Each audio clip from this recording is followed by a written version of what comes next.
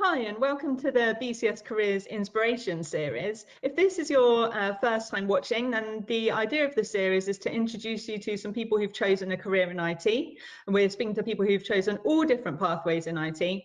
And we'll find out a bit about what their job is, what the different choices are for the future. And yeah, we're speaking to people who've come from all different routes through apprenticeship to university, fast track schemes. So you get to hear about all sorts of different routes into the industry as well.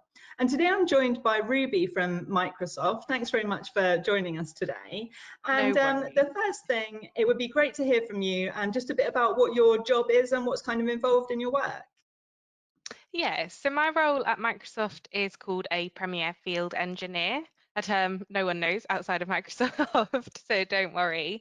And effectively, what I do is I work with our Premier customers, so our large organizations, brands that most people will have heard of, and organizations and some that no one will have ever heard of before.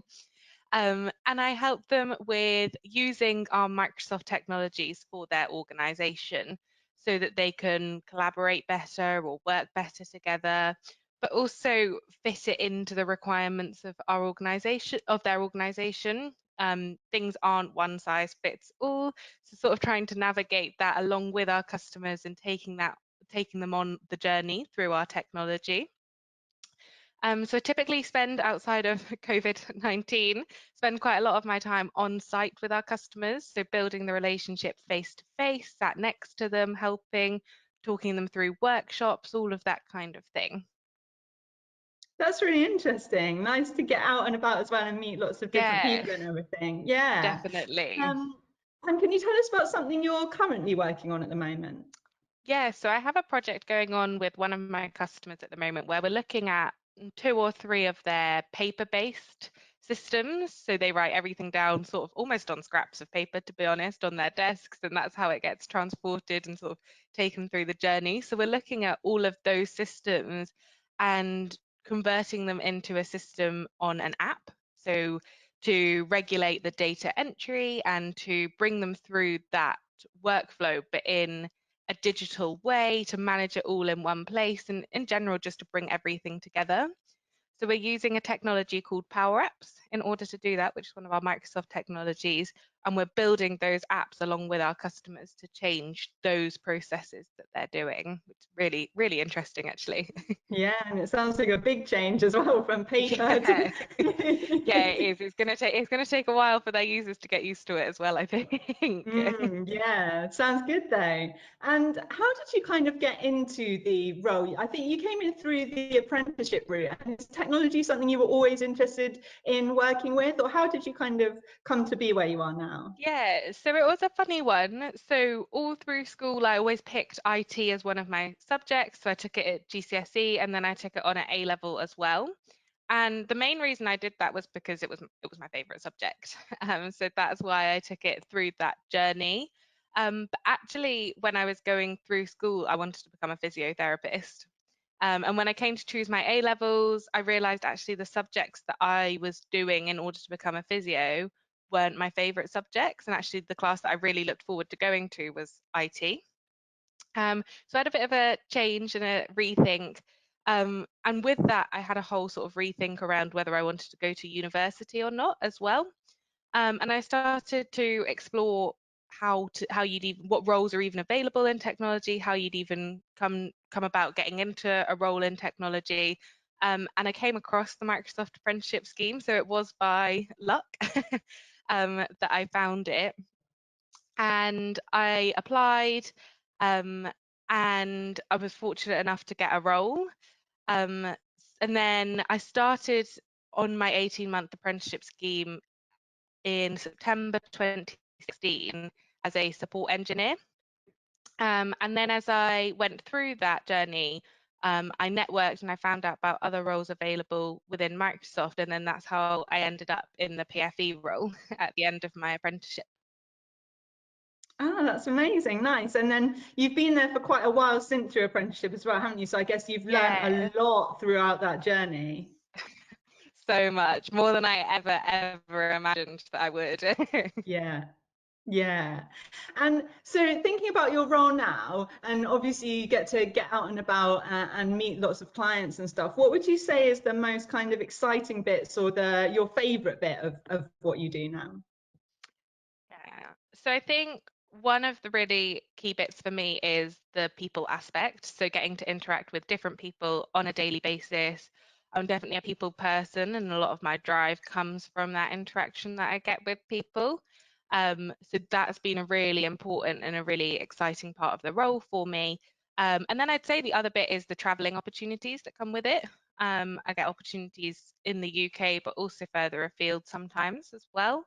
And so I've really enjoyed that aspect as well. Oh, that sounds great. And I guess there might not be such a thing, but it would be interesting to know what a typical kind of working day or working week looks like for you. Are you normally sort of Monday to Friday, 9 to 5, or is it a little bit different than that? Yeah, so it's Monday to Friday. There's no week's ever exactly the same. um, Things change a lot outside of our current COVID situation. I would say normally 3 to 4 days a week are spent on site with my customers, working with them, having that face-to-face interaction, sitting next to them at the desks. And that can be doing anything from delivering workshops. If there's been a bit of an incident or something's gone wrong, then doing some troubleshooting. It does happen. Sometimes you walk in blind, not knowing that it's happened as well. As well.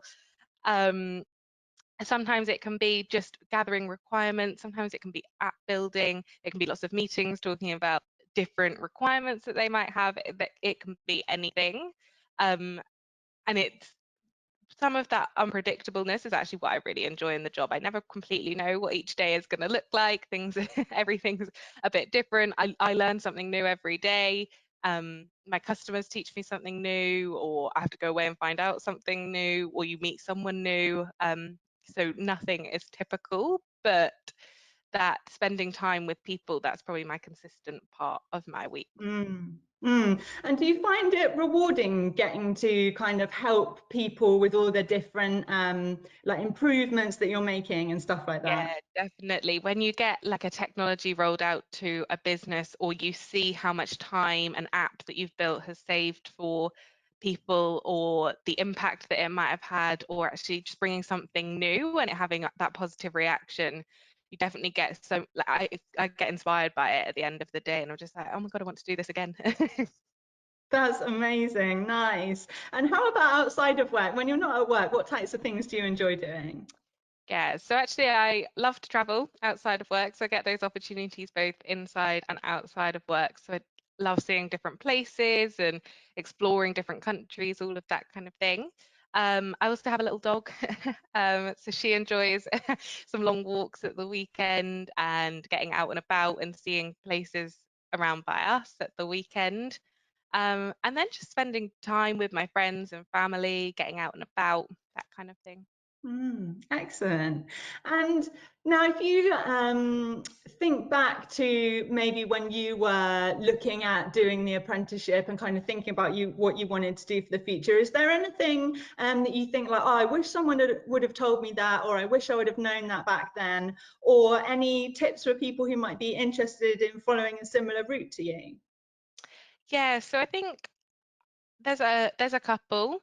My first one is that I was really hesitant to go into technology because I didn't know if I was technical enough, if I'd be able to do it, if I would know. And actually, Microsoft has taught me almost everything that I know. They've really brought me through my journey, ramped up my technical skills, but also my soft skills, my people skills, the ability to present, things like that. So one thing I'd say is don't hold back because you don't think you have all the skills to do the job yet. Actually, no one has all the skills to do to do the job when they're first hired, and actually people are more than willing to help and support and train and answer all my silly questions that I have even still now. I'm nearly 4 years at Microsoft and I definitely still have them. And then my other one that I really wish someone had told me would be, don't try to decide what you want to do as your career too early on in life. I was pretty set that I wanted to be a physio from when I was like 14 or 15. And actually, because I didn't think about anything else, I had such a set mindset that that's what I wanted to do. I potentially restricted myself and didn't explore the options into IT, for example, earlier on in life. So I would just say keep open-minded and do what you really enjoy, because ultimately that's when where you'll gain your most success. Thanks. And finally, it would be interesting to know, obviously, in the 4 years that you've been at Microsoft, you've kind of like learned a lot about a lot of different things. What would you say is the biggest kind of learning experience that you've had? Yeah, so I'd say there's been two in the main. My technical skills have changed massively. I wouldn't have been able to do even, I don't know, almost any of the stuff that, that I can do now. So that's been a huge learning curve for me and something that I've really enjoyed. And then my other one is more actually some of my soft skills, so my professional skills.